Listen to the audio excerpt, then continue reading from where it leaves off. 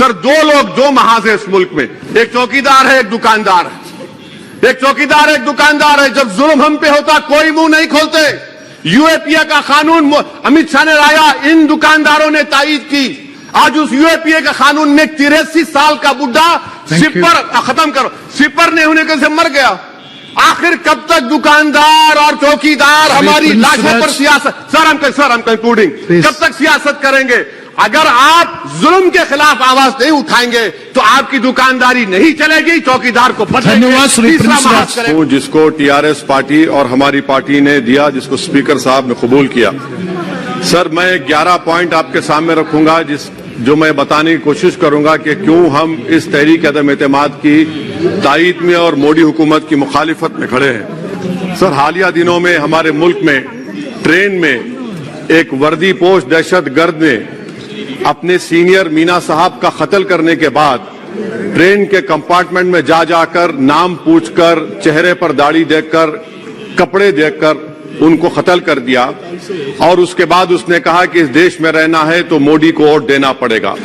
मैं हुकूमत से जानना चाहूंगा कि क्या ये अक्सरियती तबके की एक्सट्रीमिज्म और रेडिकलाइजेशन की बेहतरीन मिसाल नहीं है? और अगर है तो फिर हुकूमत इस पर क्या करेगी? सर हमारे आइन में, संविधान में लिबर्टी ऑफ कॉन्शियस को लिखा गया, तमहीद में, यानी जमीर की आजादी का जिक्र किया गया है। मैं हुकूमत से और खास तौर से वजीर आजम से जानना चाहता हूं कि कहां गया इस हुकूमत का जमीर, कॉन्शियस जिसको अंग्रेजी में कहते हैं, जब नूह में 750 इमारतों को बगैर ड्यू प्रोसेस फॉलो किए उनके इमारतों को मुनज़्ज़म कर दिया गया, और इसलिए कि वो मुसलमान थे, पूरे के पूरे इलीगल थे। इसीलिए पंजाब की हाईकोर्ट और हरियाणा की हाईकोर्ट ने कहा कि ये एथनिक क्लेंसिंग है। इसकी एक बेहतरीन मिसाल है उस हुकूमत की। तीसरी है कि इस मुल्क में एक नफरत का माहौल, बल्कि आतिश को पैदा कर दिया गया, मुसलमानों के खिलाफ नफरत का माहौल। ये 9 साल का इनका ये कारनामा है। तीसरा सर मणिपुर के ताल्लुक से कल बड़ा लंबा जवाब वजीर दाखिला ने दिया। सर आसाम राइफल के ऊपर केस बुक हो जाता है, एफआईआर हो जाता है। क्या हो रहा है वहां पर? कहां गया आपका कॉन्शियस, कहां गया आपका जमीर, जब वहां की महिलाओं की अस्मत रेजी की जा रही है? और आप मुख्यमंत्री को नहीं हटाना चाहते इसलिए क्योंकि वो कोऑपरेट कर रहा है। सर मैं हरियाणा और मणिपुर के वजीर आला के लिए किसी शायर ने अच्छा कहा था कि कुर्सी है तुम्हारा ये जनाजा तो नहीं, कुछ कर नहीं सकते तो उतर क्यों नहीं जाते? आखिर कहां गया? उन ताबूतों में खो गया कि आपका कॉन्शियस, आपका जमीर, जहां पर 50,000 लोग बेघर हो गए, यानी 6 लाख हथियारों को लूटा जा रहा है। आखिर कौन सा आप इंचार्ज वहां पर हैं? सर चौथा पॉइंट हिजाब को एक मसला बना दिया गया और मुस्लिम बच्चों को तालीम से महरूम कर दिया गया। क्या ये आपका लिबर्टी ऑफ कॉन्शियस है? कहां गया आपका जमीर? सर अभी आपने फाइनेंस मिनिस्टर साहबा ने कहा, यहां पर डीएमके के मोहतरमा कनीमोजी ने महाभारत के द्रौपदी का जिक्र किया। मैं ये पूछना चाहता हूं, बिल्किस बानो इस देश की बेटी है या नहीं? जिस बिल्किस बानो को 11 लोगों ने रेप किया, प्रेग्नेंट थी, उसकी मां का रेप किया, उसकी बेटी को कत्ल कर दिया, उसकी मां का कत्ल कर दिया, आपने कातिलों को रिहा कर दिया। ये आपका कॉन्शियस है? ये आपका कॉन्शियस है? आप तो मेजोरिटेरियन पॉलिटिक्स को फरोग दे रहे हैं। सर चौथा, आज चाइना के ऊपर कोई नहीं बोलते हैं। प्रधानमंत्री मोदी ने उस वक्त 2013 में जब प्रधानमंत्री नहीं थे कहा था कि समस्या बॉर्डर पर नहीं दिल्ली में है। अगर हम अपनी जमीन पर हैं तो डिसएंगेजमेंट क्यों कर रहे हैं? क्या आज चीन हमारी जमीन पर नहीं बैठा है? क्या आज चीन से आप बातचीत कर रहे हैं? आप डिसएंगेजमेंट कर दिए। बताइए डीएस्केलेशन, डी इंडक्शन कब होगा? मैं आपके जरिए से हुकूमत को बता रहा हूं कि अगर प्रधानमंत्री ने अहमदाबाद में शी जिनपिंग को बुलाकर झूला झुलाया था, क्या हुआ? क्या नतीजा निकला उसका? चेन्नई दिखाया, क्या नतीजा निकला? सर इसलिए चीन पर बोलिए, चीन को उखाड़ कर फेंकिए। सर और एक पॉइंट जिस पर मैं मुखालिफ तायीद में खड़ा हूं, हाई इन्फ्लेशन है इस मुल्क में, हाई अनएम्प्लॉयमेंट है, स्टैग्नेटिंग कंजम्पशन है। इसकी वजह से महिलाओं में हाई एनीमिया लीड कर रहा है। ये हुकूमत इसकी जिम्मेदार है। सर कुलभूषण जाधव कहां है? पाकिस्तान में बैठा है, आप क्यों नहीं लेके आते? आप विश्वगुरु कहते हैं, कुलभूषण जाधव को भूल गए आप। कतर में 8 नेवी ऑफिसर 1 साल से जेल में हैं, आप नहीं ला सके उनको। सर और एक चीज, 1991 का प्लेसेस ऑफ वर्शिप एक्ट, इस ऐवान में पास किया गया था कि तारीख के जख्मों को नहीं खुरेदा जाएगा। आप खुरोद रहे हैं उनको। मैं आपको इंतबाह दे रहा हूं, वार्न कर रहा हूं, इस मुल्क को 90 के दहे में मत लेकर जाइए। 91 का एक्ट सुप्रीम कोर्ट में जवाब दीजिए कि आपकी हुकूमत 91 प्लेस ओवरशिप एक्ट की कायम है, उस पर कायम रहेगी। यूसीसी सर, इस यूसीसी का फॉर्मूला क्या है?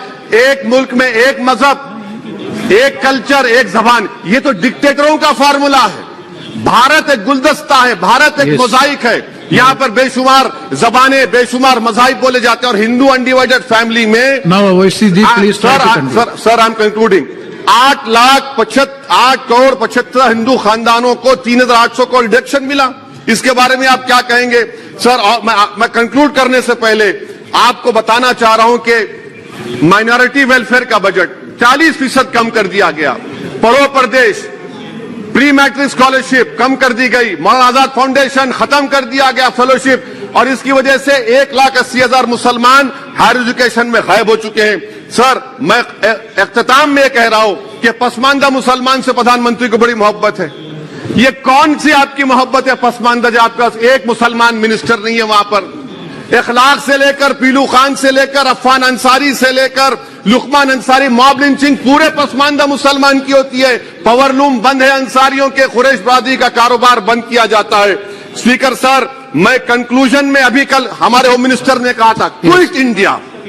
अगर इनको मालूम हो जाए कि क्विट इंडिया का नारा एक मुसलमान ने दिया था तो वो भी नहीं बोलेंगे। वो नहीं मालूम था उनको। उसका मैं कंक्लूड कर रहा हूं, उसका नाम यूसुफ मेहर अली था सर। यूसुफ मेहर अली ने क्विट इंडिया का नारा बनाया, जिसको महात्मा गांधी ने सारे देश में एक पैगाम किया।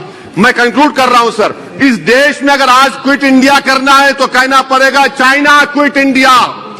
जो गौ रक्षक है, जिसका नाम मोनू है, वो आपके लिए मोनू डार्लिंग बन गया है, उसको कहिए क्विट इंडिया। सर, जो लोग तुष्टीकरण की राजनीति आप कर रहे हैं, आप हिंदू अक्सरियती लोगों में हथियार बांट रहे हैं, ये आप देश के लिए खतरा पैदा कर रहे हैं। सर, हम कंक्लूडिंग, इसीलिए हम आपसे अपील कर रहे हैं कि हुकूमत से कह रहे हैं कि आप जो सियासत कर रहे हैं इससे नुकसान देश को होगा। प्रधानमंत्री जब खड़े होकर जवाब देंगे, हम उनसे पूछना चाह रहे हैं, पॉइंटेड क्वेश्चन है, क्या देश बड़ा है या हिंदुत्व गोलवालकर की आइडियोलॉजी बड़ी है? मैं इस तहरीक अदम एतमाद की तायद में खड़ा हूं और हुकूमत की मुखालिफत में। सर, एक आधा मिनट सर, दो महाज है इस मुल्क में, एक चौकीदार है, एक दुकानदार है। एक चौकीदार, एक दुकानदार है। जब जुल्म हम पे होता कोई मुंह नहीं खोलते। यूएपीए का कानून अमित शाह ने लाया, इन दुकानदारों ने तायद की।